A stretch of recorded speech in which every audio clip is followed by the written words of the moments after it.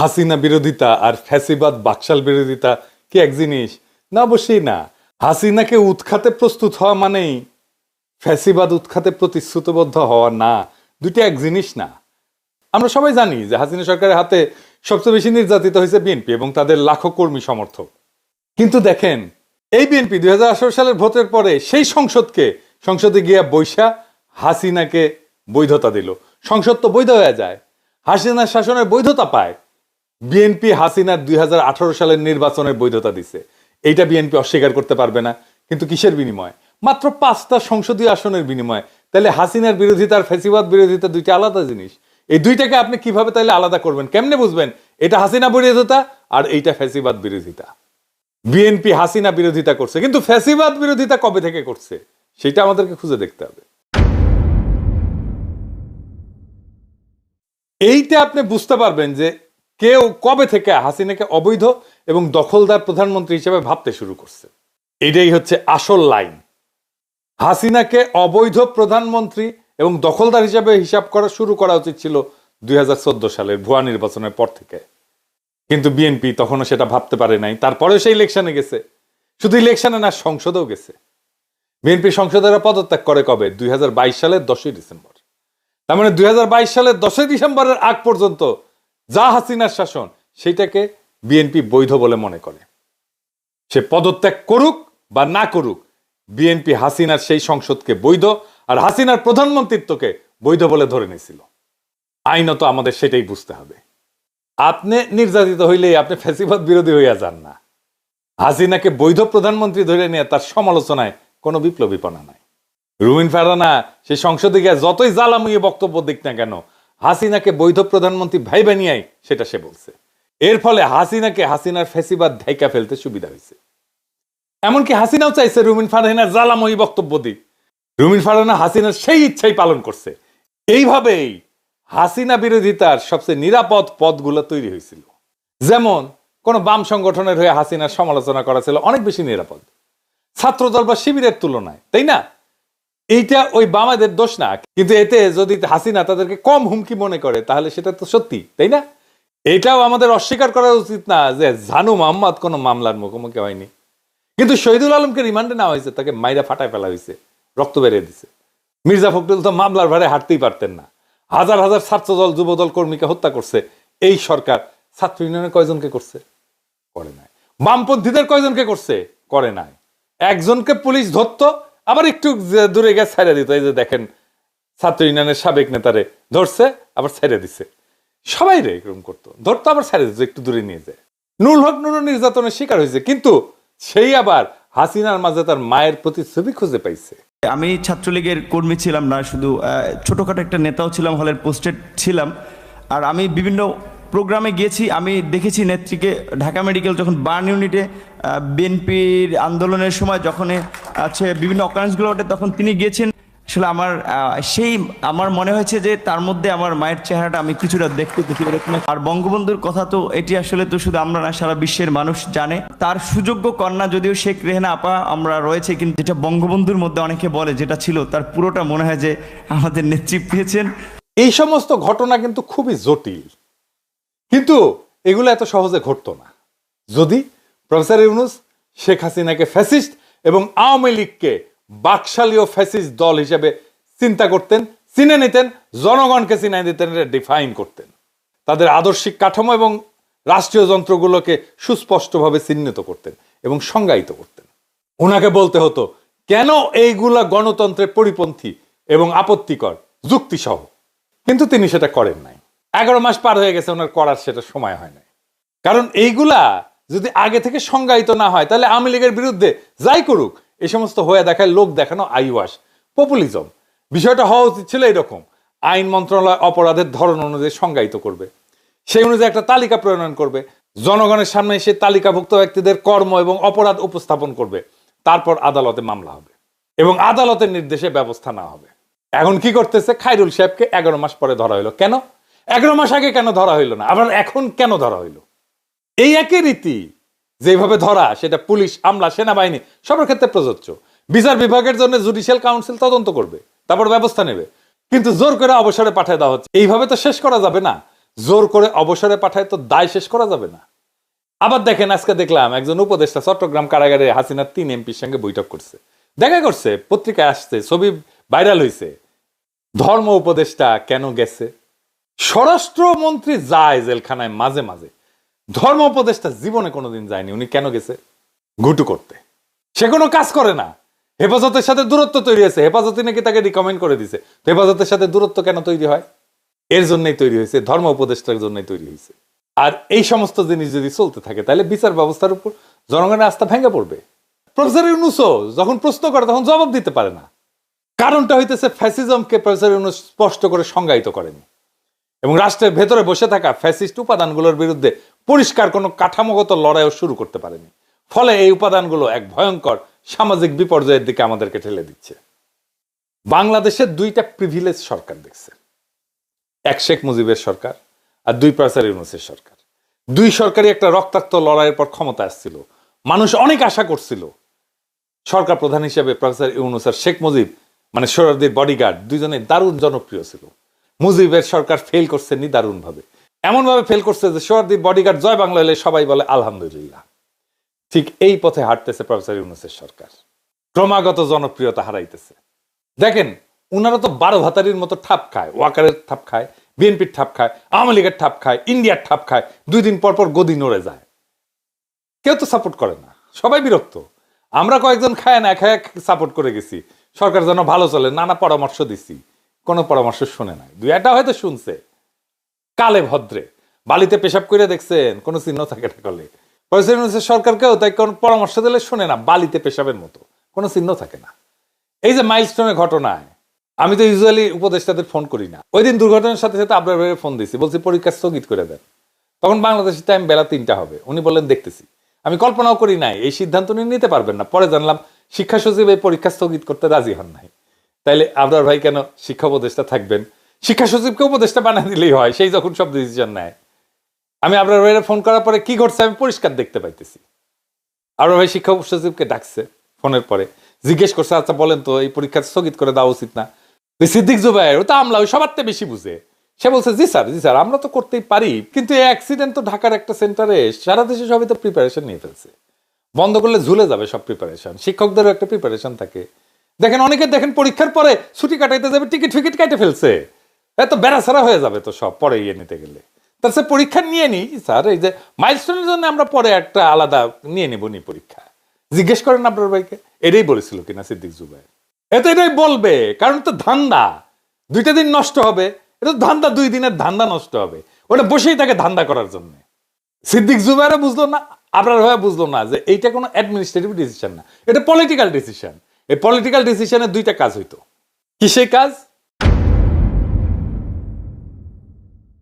প্রথম যে বিষয়টা হবে তা হচ্ছে এই যে দৈব দুর্বিপাক বা দৈব দুর্ঘটনা ঘটলে মানুষ তার রাগ হতাশা এইটা ছাড়ার একটা রাস্তা খুঁজে সব সময়, কোথায় এটা ছাড়া যায়। যেহেতু এটা স্কুলে হয়েছে, তারা শিক্ষা মন্ত্রণালয়ের দিকে তাদের আঙুল তুলবে, ওই দিকেই তাদের রাগ ক্ষোভ ধাবিত হবে। এই কারণে শিক্ষা মন্ত্রণালয়কে প্রোঅ্যাক্টিভ হয়ে কাজ করতে হবে, জনরোষ যেন তার দিকে ধাবিত না হয়। 2 নম্বর হইতেছে সংহতি জানাইতে চাই আমরা কোন একটা সংকটে, গোটা জাতি রক্ত দিতে চায়। দেখেন সকলে হাসপাতালে ভিড় করছে, এটা কি জন্য? রক্ত দেওয়ার জন্য। সে দেখতে চায় যে আমি একটা কাজ করলাম আর কি এই সংকটে। তারা সংহতি জানাইতে চায়। যারা ঢাকা আছে তারা না হয় হসপিটালে গেল, রক্ত দেওয়ার চেষ্টা করলো, পারলো কি পারলো না সেটা অন্য কথা, কিন্তু দেওয়ার তো চেষ্টা করলো। এইটাই তার সংহতি জানানো, এটাই তার শান্তি। কিন্তু ঢাকার বাইরে যারা আছে তারা কিভাবে সংহতি জানাবে? আহত নিহতদের ব্যাপারে একটাই উপায় আছে, পরীক্ষা বন্ধ করলাম, আমরা তাদের কথা চিন্তা করলাম, শোক করলাম। এইটা তো একটা পলিটিক্যাল ডিসিশন ছিল, কিন্তু সিদ্দিক জুবায়ের এই পলিটিক্যাল ডিসিশনের রাস্তাটাকে বন্ধ করে দিল। বাংলাদেশে আমলাদেরকে হাসিনা এটাই বানাইছে, তারা নিজেদেরকে সর্বা মনে করে, নিজেরাও পলিটিক্যাল ডিসিশন নিতে চায়। পুলিশ যেমন মনে করতো যে হাসিনা সরকারকে তারাই ক্ষমতায় রাখছে, তারাই রাজনৈতিক দল হয়ে গেছিল, সে নিজে জয় বাংলা স্লোগান দেয়, দেখেছেন না? এই জিনিস হয়েছে। এই আমলারা মনে করে তারাই রাষ্ট্রের মালিক, ডিসিশন সব তারাই নিতে পারে, তারা সবার থেকে বেশি বুঝে। আবার দেখেন ইন্ডিয়া থেকে ডাক্তার আসবে কেন? পোড়া রোগীদের চিকিৎসার জন্য আমাদের সাফিসিয়েন্ট স্কিল ডাক্তার নাই। তারপরে ইন্ডিয়া থেকে ডাক্তার আনতে হবে, যখন গত বছর জুলাই আগস্টে বিপ্লবে হাজার হাজার ছেলে পঙ্গু হইলো, গুলি খেয়ে চোখ হারালো, কারোর জন্য ভারত কি ডাক্তার পাঠাইলো? এত লোক যে পঙ্গু হলো, এত বাচ্চা যে পঙ্গু হইলো, ভারত কি ডাক্তার পাঠিয়েছিল? এখন কেন তাদের পেট পুরায়? তারা আমাদের ভিসা বন্ধ করে দিছে, তারা আমাদের সাথে বাণিজ্য বন্ধ করে দিছে, তারা ফ্যাসিস্ট হাসিনা এবং তার দলবলকে আশ্রয় দিছে ওইখান থেকে অন্তর্ঘাত চালাইতেছে, প্রত্যেকদিন বাংলাদেশ বিরোধী প্রচারণা চালায় তাদের টিভি চ্যানেলগুলোতে, তারা আমাদের ইউটিউব চ্যানেলগুলোতে, আমাদের টিভি চ্যানেলগুলোতে বন্ধ করে দিছে। ভারতে দেখতে দেয় না। এমনকি ভারতে আমাদের দূতাবাসের উপরে আক্রমণ হয়েছে, তারপরেও ভারতের ডাক্তারকে আনতেই হবে। গাজা উপত্যকায় কি ইসরায়েলের ডাক্তার আনতে হয়? এটা তো তাই হইল, যে গাজা বানাইছে তাকেই আমি ডেকে আনলাম। এটা কার উদ্যোগে হয়েছে? তৌহিদ সাহেব, পররাষ্ট্র উপদেষ্টা। ও কি স্বাস্থ্য মন্ত্রণালয় চালায়? সে বলছে এটা আমাদের করতে হবে, এটা আন্তর্জাতিক সম্পর্ক কূটনীতির জন্য এটা গুরুত্বপূর্ণ। ওরে কে রিকমেন্ড করছে জানেন? বিএনপি। বিএনপির কোথায় উপদেষ্টা? এই তৌহিদ সাহেব শফিউর রহমানের মতো একজন দক্ষ কূটনীতিবিদকে প্রধান উপদেষ্টা বিশেষ সহকারী করতে দেয় না। করা হয়েছিল, তাকে কাজ করতে দেয় না, অফিস করতে দেয় না। কেন দেয় না তারে জিজ্ঞেস করেন। কচু খেতি তার বিরুদ্ধে ক্যাম্পেন চালাইলো না। কচু খেতি ক্যাম্পেন চালাইছে বিএনপি রিকমেন্ডেড তৌহিদ সাহেব, এবং এই তৌহিদ সাহেব ভারতের ডাক্তার আনার জন্য উতলা। এবার এই ডটগুলা মিলাইতে পারেন, ওয়াকার, কচু খেতি, বিএনপি রিকমেন্ডেড উপদেষ্টা, এই ডটগুলা মিলাইতে পারেন, তাহলে বুঝতে পারবেন যে কোথায় কোথায় কিভাবে কেন কচু খেতি শফিউর রহমানের বিরুদ্ধে লাগে। কোনো ব্যাখ্যা পেয়েছেন? প্রধান উপদেষ্টা বিশেষ সহকারী করা হইলো, তাকে কেন অফিস করতে দেওয়া হইলো না? কোনো ব্যাখ্যা নাই। তৌহিদ সাহেব কেন ইন্ডিয়ান ডাক্তার আনতে চাচ্ছে? কারণ তৌহিদ সাহেব ইন্ডিয়াকে ঢোকার রাস্তা করে দিয়ে যাবে। তৌহিদ সাহেবের সাথে ডিপ স্টেটের এটাই আন্ডারস্ট্যান্ডিং। এর ভিত্তিতেই তৌহিদ সাহেব পররাষ্ট্র উপদেষ্টা হয়ে বসেছে এবং তাকে রিকমেন্ড করছে বিএনপি। ফয়সাল ইউনূসের সরকারকে বলে দিতে চাই, ইন্ডিয়ার ডাক্তার যদি আসে না, কোনো উপদেষ্টার চামড়া থাকবে না। কিন্তু সকাল সন্ধ্যা ফ্রি ফ্রি সাপোর্ট দিয়ে গেছি, এমনি এমনি না। ইন্ডিয়ার কাছে নত জানু হইলে মাপ নাই। দেখবো আপনারা কিভাবে সরকার চালান। দিনের পর দিন সাপোর্ট দিয়ে গেছি, বয়ান তৈরি করে দিয়েছি, ন্যারেটিভ তৈরি করছি, কোনো হিসাব নাই। ইন্ডিয়ার কাছে নত জানু হন। ইন্ডিয়ার কাছে যদি নত জানু হন, তাহলে আপনাদেরকে পিছের বালের সাপোর্ট, কোনো সাপোর্ট নাই। ফয়সাল ইউনূসের বিরুদ্ধে হেফাজত খেপছে। আমি কয়বার বলছি হেফাজতের আলেমদের সাথে বসেন, সমস্যাগুলো শোনেন। আমাকে বলা হয় যে অগাস্টের 5 তারিখের আগে উনি ব্যস্ত, উনি সময় দিতে পারবেন না, খুবই ব্যস্ত। উনি এতই ব্যস্ত যে উনি ক্ষমতায় আসার পরে পরপর 2 বার ডেকে নিয়ে সোহেল তাজকে গল্প করে। এই সময় ওনার হয়, হেফাজতের সাথে বসার ওনার সময় হয় না। সোহেল তাজকে ডেকে নিয়ে কি গল্প করে জানেন? সোহেল তাজ বলতেছে আপনার পায়ের এক্সারসাইজ করতে হবে, এটা করলে আপনার ব্রেন ঠিক থাকবে। শুনেন, বেনে বেনে করছি না, শুনেন। And your cells are not functioning, so your neurons are being switched off. Because your brain is a very expensive tissue, right? So আমরা চাচ্ছি efficiency, কম খরচে বেঁচে থাকা. So the neurons are slowly being shut down, and when it reaches degenerative state, it's called dementia and Alzheimer's. So the best way to protect yourself, the biggest muscle is your leg muscle. Just use it, and your brain will be absolutely sharp, and you will be healthy. Okay? ধর্মমন্ত্রী এই নাকভির সাথে দেখা করে। ধর্মমন্ত্রী জেলখানে যাইতে হবে কেন? বিচারাধীন আসামির সাথে দেখা করতে হবে কেন? ওই সিস্টেম করিচ্ছে। হেফাজত সরকারের সাথে কথা বলতে পারে না, সেইখানে ধর্মমন্ত্রী কোনো লোল নাই, কিন্তু নাকভির সাথে দেখা করতে সে ঠিকই যায়, ঘুটু করতে যায়। নাকভির সাথে সৌদি আরবের নাকি একটা কানেকশন আছে, ওই কানেকশন দিয়ে কাজ করতে গেছে। দেখেন, আবার দেখেন, সমাজ কল্যাণ মন্ত্রণালয় থেকে যৌনকর্মীদের জন্য 2 কোটি টাকা বরাদ্দ দেওয়া হইলো। কারণটা কি? কারণটা আর কিছু না, টাকা দিতে হবে। রাষ্ট্রের হাতে টাকা আছে, তাই দিব। আমার ইচ্ছা মাই খুশ, আমি দিব, কে ঠেকাবে? মানে বিষয়টা যদি এরকম হইতো যে একটা ঘৃণিত পেশা থেকে তাদেরকে বের করে আনার জন্য, পুনর্বাসন করার জন্য আমরা এই টাকাটা খরচা করতেছি, তাহলে সবাই মেনে নিত। যদি এরকম হইতো যে পরিশ্রমী নারীদের জন্য আমি অনুদান দিচ্ছি, তাহলে ইটা ভাঙে যারা, কাজের বুয়ার কাজ করে যারা, গার্মেন্টস শ্রমিক যারা, তাদেরকে দিতেন। এর মধ্যে যারা অসুস্থ তাদেরকে বেছে বেছে দিতাম, যারা বয়স্ক তাদেরকে বেছে বেছে দিতাম। যৌন কর্মীদেরকে কেন দিতে হবে? এটা কি জন্যে যে কেউ ফ্রি ফ্রি মাগনা মজা করে গেছে, সে টাকাটা পূরণ করে দিলাম এখন সরকারের ফান্ড থেকে? কোনো যুক্তি নাই। এ প্রসঙ্গে একটা 18+ জোকস বলি, কিছু মনে করেন না। আমার পেজে লন্ডনের বিএনপির নেতা মালিক সাহেবের ভ্যাগিনা এটা কমেন্ট করেছে, আমাকে নাকি উনি জবাই করা হবে। জব করবি, জব। ভ্যাগিনা সত্যিকারের ভ্যাগনা কিনা জানি না, কিন্তু ও দাবি করেছে যে মালিক সাহেব তার মামা। এই ভ্যাগনার একটা গল্প আছে জানেন তো? আমি এটা কমেন্টে রিপ্লাই লিখেছিলাম, সেটা হইতেছে ওই মালিক সাহেবের ভ্যাগনায় 40 টাকা এক মায়ারে ফিট করেছে। তো তারপরে কাজ শুরু করেছে আর কি। কাজ করতে করতে ছাদের ফুটে দিয়ে চাঁদের আলো পড়িচ্ছে। তুই কইলেও যে 7 ফুটে চাঁদের আলো, 10 টাকা বাদ গেল, ঝুলো কেন 2 10 টাকা বাদ তাই। এরপরে ওই করতে করতে আর কি মায়া দিছে পাদ। তো বলতেছে যে দিলে পাত 10 টাকা তাই ভাত। পরে কাজটা শেষ করে প্যান্ট পরিচ্ছে, প্যান্ট পরে বাইরে যাচ্ছে, তখন বলতেছে যে ভাই 10 টাকা দেন, তো বলতেছে যে মালিক সাহেবের ভাগনা 10 টাকা মাগনা। তো এইরকম কি মাগনা যারা তাদেরটা পূরণ করে দিল সমাজ কল্যাণ মন্ত্রণালয়, এটা জবাব কি? কোনো জবাব নেই। এই সরকার গঠনের পর কলকাতায় ইলিশ মাছ পাঠিল। আমরা ইউরোপে থেকে ইলিশ মাছ খাইতে পারি না, বাংলাদেশের ইলিশ এখানে আসে না, কারণ কিন্তু কলকাতায় যায়। কারণ যারা উপদেষ্টা হয়েছে, যারা সরকারে, তারা মনে করে তারা দেশের মালিক, আর আমরা চাকর বাকর। রাজনৈতিক দলগুলোর সাথে মিটিং করেছে, এখন এই সময় আমাদের দাবি তোলার, অপদার্থ উপদেষ্টা মন্ডলীকে বাদ দিয়া জাতীয় সরকার গঠন করার। জাতীয় সরকার গঠন না করলে এই সরকার ক্রমাগত জনপ্রিয়তা হারাচ্ছে, নিয়ন্ত্রণ কন্ট্রোল করতে পারবে না। কারণ ফেব্রুয়ারিতে নির্বাচন ঘোষণার পরে এখন প্রশাসন, আর্মি, পুলিশ সবাই বিএনপির পিছনে লাইন দিবে, সেটাই দিছে, সেটাই হয় বাংলাদেশে সব সময়। কারো কথাই শুনবে না।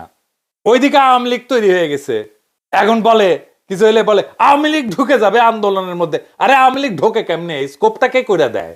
সরকারই তো করে দেয়। 1971 নিয়ে বলি যে ইন্ডিয়া ষড়যন্ত্র করতে পারে কেন? কিছু তো একটা ছিল যে ষড়যন্ত্র করতে পারে। আওয়ামী লীগ ঢুকে যাবে বললেই হবে? আওয়ামী লীগ ঢুকতে পারে কেন? আমার ধারণা এই উপদেষ্টা মন্ডলী থাকলে তারা নির্বাচন পর্যন্ত যাইতেই পারবে না, একের পর এক ডিজাস্টার করবে, করতেওছে। এখনো সময় আছে, দ্রুত এই উপদেষ্টা মন্ডলীকে পাশে লাথি দিয়ে বের করে যারা ভালো করতেছে তাদেরকে রাখা যেতে পারে, কিন্তু বেশিরভাগই নতুন মুখ আনতে হবে। সরকার ইন্ডিয়ান ডাক্তার কেন নিছেন? মানে ইন্ডিয়ান ডাক্তারদের পছন্দ তো হবেই।